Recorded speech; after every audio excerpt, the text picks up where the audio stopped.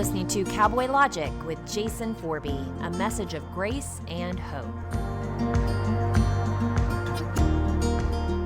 Is everybody good? Here's what we've learned. We don't get here today because this is our source. Come on, there's a whole generation that church is their God.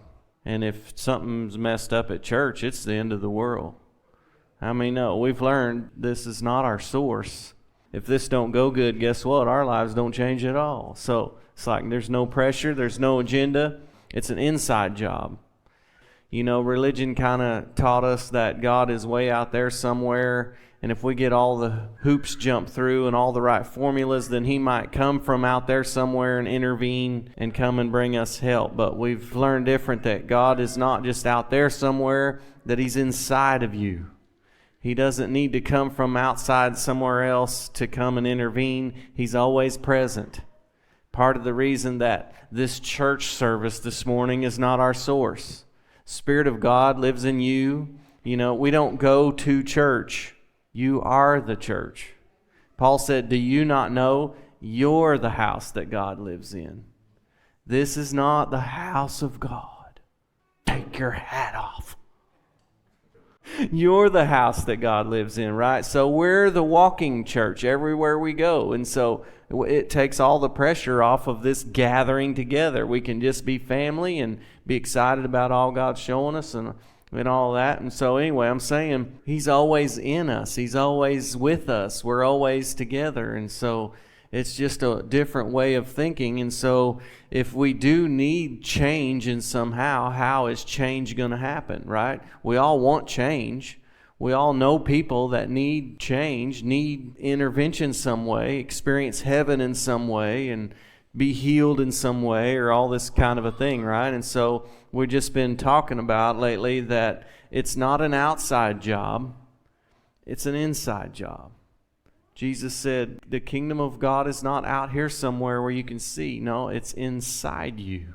We could go back up to Romans 12:1, where it says, present your body a living sacrifice, which is your reasonable service, right? Then it says, don't be conformed to the world. Well, being conformed to the world is preluding a mind transformation. So let me just back that up so real quick so we can all get where we're at, right? So mind transformation happens how?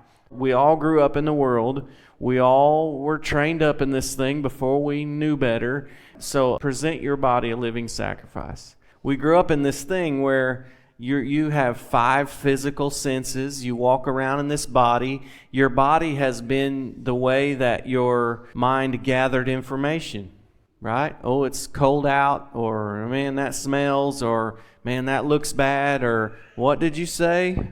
I can hear. Right? So that's how we gathered information. So we took in information into our thoughts that were gathered by our physical body. So Paul's saying, look, here's what we're going to do. Transform our minds by no longer being conformed to that way of gathering information. You have a body, you still need it. You got to have it to stay here. You're going to walk around with it and use it, but it's no longer the master. It's a living sacrifice. Count it as dead, even though you need it to be alive so you can still use it. You're going to start using it instead of it using you.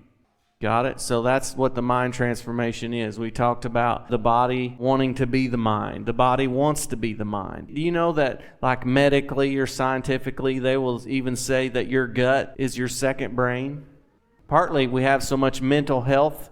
That's like a hot topic now, mental health. I think part of it is because our diet is so bad and what we put, well, that's a whole nother deal, but I'm saying our body, our physical self, our natural man is always trying to be in charge. All right, so Paul's saying if we'll cut that guy off, get rid of his opinions, get our information from a different source, then we have access to a different way of life. Simple enough. If we could identify where certain thoughts are coming from, then it's easy to, you know what I'm saying? I saw this thing in the very beginning, right? Adam and Eve's, they got it made. They're walking in the garden with God. They've got everything going for them. Paradise, you know, it's all good. And so the serpent comes along. You guys know the story, right? He convinces Eve that God's holding out on them and tricks her and gets her to eat the tree of the knowledge of good and evil, right? And so she eats the tree, she gives it to her husband, they eat it, now they're messed up and now they're afraid. See, what happened is it's the knowledge of good and evil. And then it says this, that their eyes were opened. Their eyes were opened because they ate from the wrong tree. Their eyes were opened. So they started seeing in a different way. So the life that they're now experiencing is having something to do with the way that they see. They're seeing differently than they were seeing. Now they're looking with these physical eyes, and their eyes are open and they have a different perception, and the life that they're experiencing is now directly related to the way that they're seeing. You guys got it? And it's called the knowledge of good and evil. They're seeing something, and now they're gathering their information from a different place other than the truth, and now all of a sudden they realize they're naked. Can you imagine going through life where life is so good and God and your relationship with God is so good and everything is just amazing, you don't even notice you're naked? We'll just leave that in there, but I'm just saying it's probably a pretty good life. And so I just thought it was interesting. So now they're afraid. God shows up in the garden just like always, and they hid. They hid from God. And so God comes with a couple questions. And I think this is interesting, you know. God says, "Where are you?" first of all, as if he didn't know. I think the point of the question was to get Adam to assess the situation and say, I want you to become conscious of where you were and where you are now, because it's changed now, right? Well, Adam says, we hid from you because we were naked. And then God comes up with another question. Here's the question. Who told you that you were naked? Who told you that? In other words, okay, apparently, Adam, you've received a piece of information that has changed the way you're experiencing life. Now, my question for you is, where did you get this information? Got it? Here's the million-dollar question. Any information that's having an impact of the way we're seeing and the way we're experiencing life, this is the million-dollar question. You got it? Where did I get this information? Where did this information come from? Where's the source of this information? And so this is why I unapologetically preach the message of the new covenant of grace. I mean, plumb radical. Why? Because it's the only place that we really get to know who God is, who God really is, and what God's really like, and that he's no longer mad. And like Romans 2:4, we referenced it already, it's the goodness of God that leads man to repentance. The new covenant is this, that there's no sin on your record. Your place with God is not based on your deeds. Your place with God is based on his deeds. Come on, you got it? So now you're qualified for all of the goodness of God. You're qualified to live life with God as he's no longer angry. He will never again be angry. So now I can understand that my place with God now, God's attitude towards me has nothing to do with what I've done or not done. My place with God is now based on how good he is, not how good I am. So anytime how good I've been or what I've done is in question, come on, anybody ever been in question? Or because religion's pointing us to this thing all the time, right? So the old covenant of law brings about self-consciousness, sin consciousness, failure. You're failing. That's the consciousness it produces, which produces death. But the new covenant produces son consciousness. So my place with God is not based on my rule keeping, my law keeping, my performance, my doing good, my doing bad. You see how it's the wrong tree? The knowledge of good and evil. How am I doing? This was good, this was evil. When I finally woke up to this thing, it's like, man, I thought church was all about figuring out how to become disciplined so I can choose more good and less evil. You guys with me? I thought the whole thing, my walk with God, I got born again. I now have the Spirit of God, so the Spirit of God can help me choose good instead of evil. I'm getting better. Keep coming to church. Keep reading your Bible. Keep praying more. Keep hanging out with the wrong people. And if you'll stay long enough, we'll train you to keep choosing good instead of evil. And you'll get better at it. And you're choosing more good than evil. And keep coming, brother. And then one day I woke up and think, hey, no matter how good you get at this, you're still in the wrong tree. In that tree, you're still knowledge of self.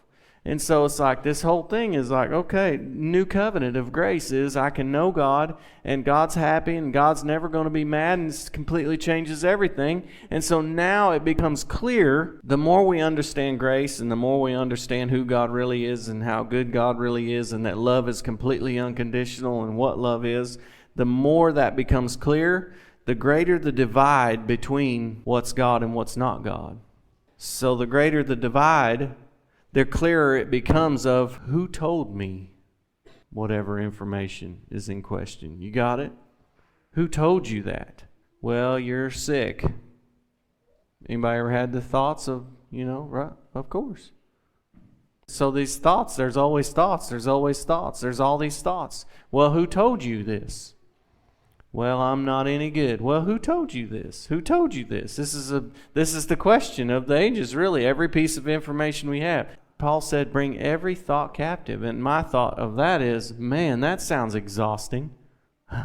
I got to be in charge of every thought and manage every thought. Well, first of all, most people are going through life not even aware of the way they think or the thoughts that they're having. They're just being driven along by thoughts that they don't even know that they can have control of. But I'm saying bringing every thought captive, that can be exhausting and that can be a big work. But I'm saying that can happen automatically when I understand and know that God's for me and that God's good and that I'm not under the covenant of all of the other stuff anymore. And so I can just know if it's life, it's God. If it produces life, it's God. If it blesses me, it's God. If it's for me, it's God. If it's not, it's not. It's too simple, right? My own body says I'm broken some way. That's a piece of information.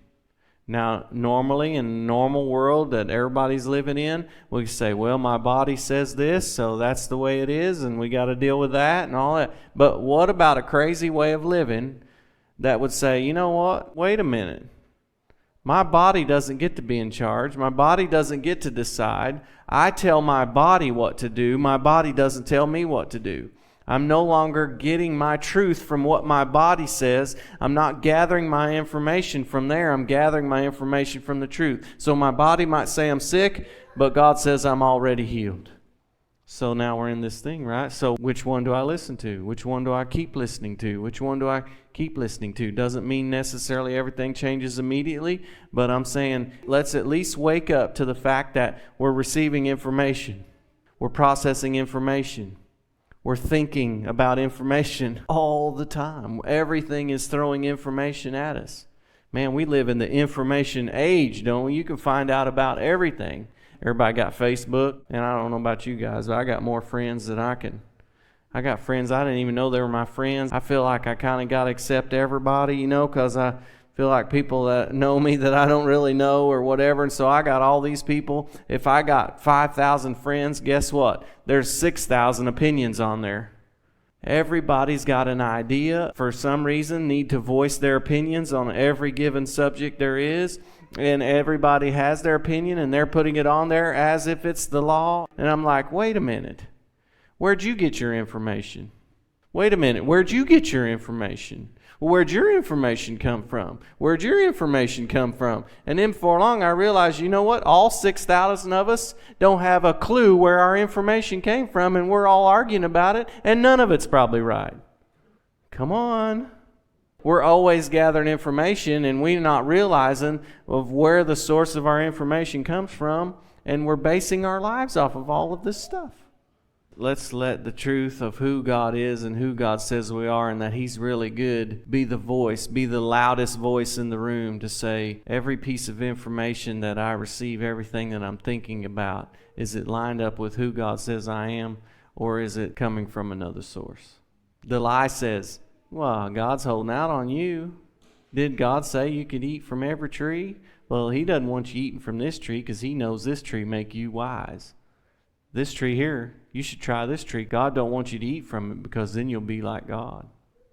Truth is, she was already like God. She should have just said, hey, I know God. He made me in the likeness and the image of God. And the truth of the matter is, I don't have to do anything to become like God. I'm already like God.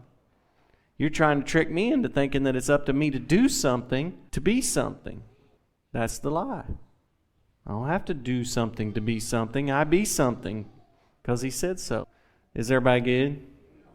Where's the information that we're gathering coming from? Is it the truth? Or even if it's our own physical body or whatever else, it has access to the lie, and I'm not going to live according to that thing anymore. Shh! I'm shushing this voice in my head. I'm no longer a victim to it. I'm now recognizing it. I'm saying if this is our prayer this morning, let's at least start recognizing that we're thinking. It's a big deal. Most people don't even know that they're thinking. We're just floating along through life not knowing that we're thinking. We've been trained to think, and your thinking is having a direct influence on the life that we're experiencing.